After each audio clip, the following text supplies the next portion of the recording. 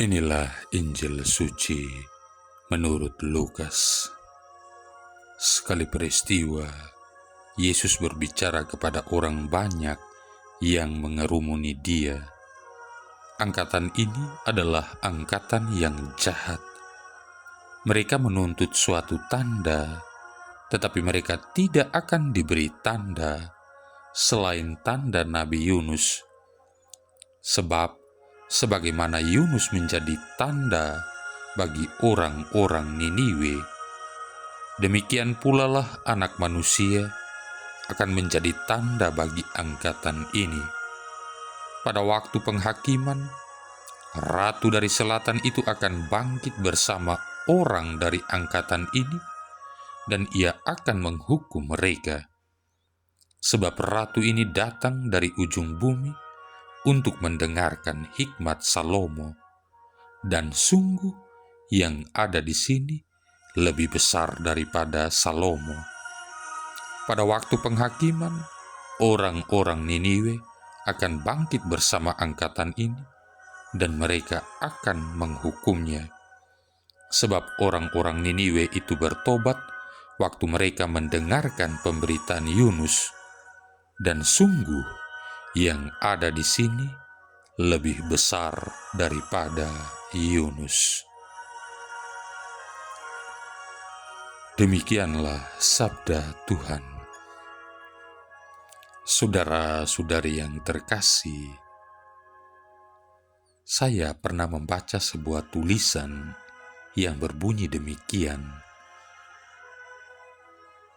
Panitia hari kiamat meminta maaf karena hari kiamat yang sebenarnya jatuh pada tahun 2012 yang lalu ditunda ke tahun 3013 dengan alasan bahwa panitia sedang merehab dan menambah kamar-kamar baru baik di surga maupun neraka agar nantinya bisa menampung mereka yang akan ke sana. Karena itu, jika penundaan ini diberikan, maka tentunya menjadi kesempatan bagi setiap orang untuk bertobat.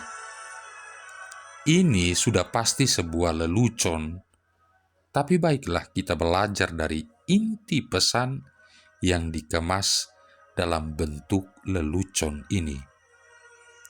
Saudara-saudari yang terkasih, Injil hari ini berbicara tentang teguran Yesus kepada orang-orang pada zamannya yang tidak mau percaya sekalipun ia telah datang sebagai Mesias untuk mewartakan pentingnya pertobatan demi mendapatkan kembali hak mereka sebagai putra dan putri Allah.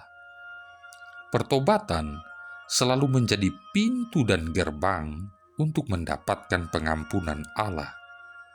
Meskipun demikian, banyak orang tidak mau atau bahkan menunda pertobatan mereka hanya karena selalu fokus pada hal-hal yang salah dalam hidupnya, atau bahwa berpikir kesempatan hidup selalu masih terberi untuk mereka setiap saat. Banyak orang selalu bertanya, apakah Allah mau mengampuniku? Jika mereka ragu akan jawaban bahwa Allah akan mengampuni mereka, maka sudah pasti pertobatan pun ditunda atau bahkan tidak pernah dilakukan. Hal yang benar yang seharusnya dilakukan oleh setiap orang yakni bukan bertanya apakah Allah mau mengampuniku atau tidak, melainkan apakah saya mau bertobat atau tidak. Saya selalu senang untuk menggunakan imaji atau gambaran ini. Pengampunan itu seperti air yang siap mengalir dari dalam galon, sedangkan pertobatan adalah tangan yang bergerak untuk memutar keran air. Air hanya bisa mengalir masuk ke dalam gelasmu bila jari-jarimu memutar keran yang ada di hadapanmu.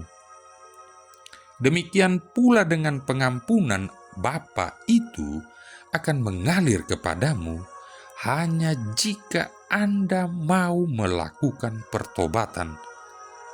Sangat-sangat mustahil mengharapkan datangnya pengampunan tanpa ada kemauan untuk bertobat.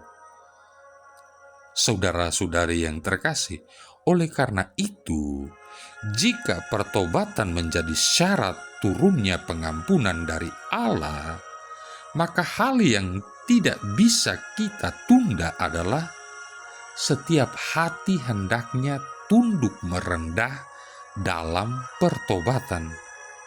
Biarpun nasihat ini sudah banyak kali diberikan, tapi ingin saya katakan lagi kepada saudara-saudari, yakni jika hidup masih terberi kepadamu sampai saat ini, maka itulah kesempatan yang masih diperpanjang lagi oleh Allah demi mendapatkan kembali jiwamu lewat pertobatan. Tidak mungkin kita mendapatkan pengampunan tanpa adanya sebuah pertobatan batin yang sungguh-sungguh. Marilah berdoa. Allah Bapa kami Maha Pengasih, semua orang Kau sayangi dan Kau panggil masuk ke dalam gereja-Mu bersatu dengan Yesus Kristus Putra-Mu. Kami mohon, Kau jaga dan Kau lindungi. Dengan pengantaran Yesus Kristus Putra-Mu Tuhan kami, yang bersama dengan Dikau dan Roh Kudus, hidup dan berkuasa, satu Allah sepanjang segala masa. Tuhan memberkati kita sekalian, Bapa, Putra, dan Roh Kudus.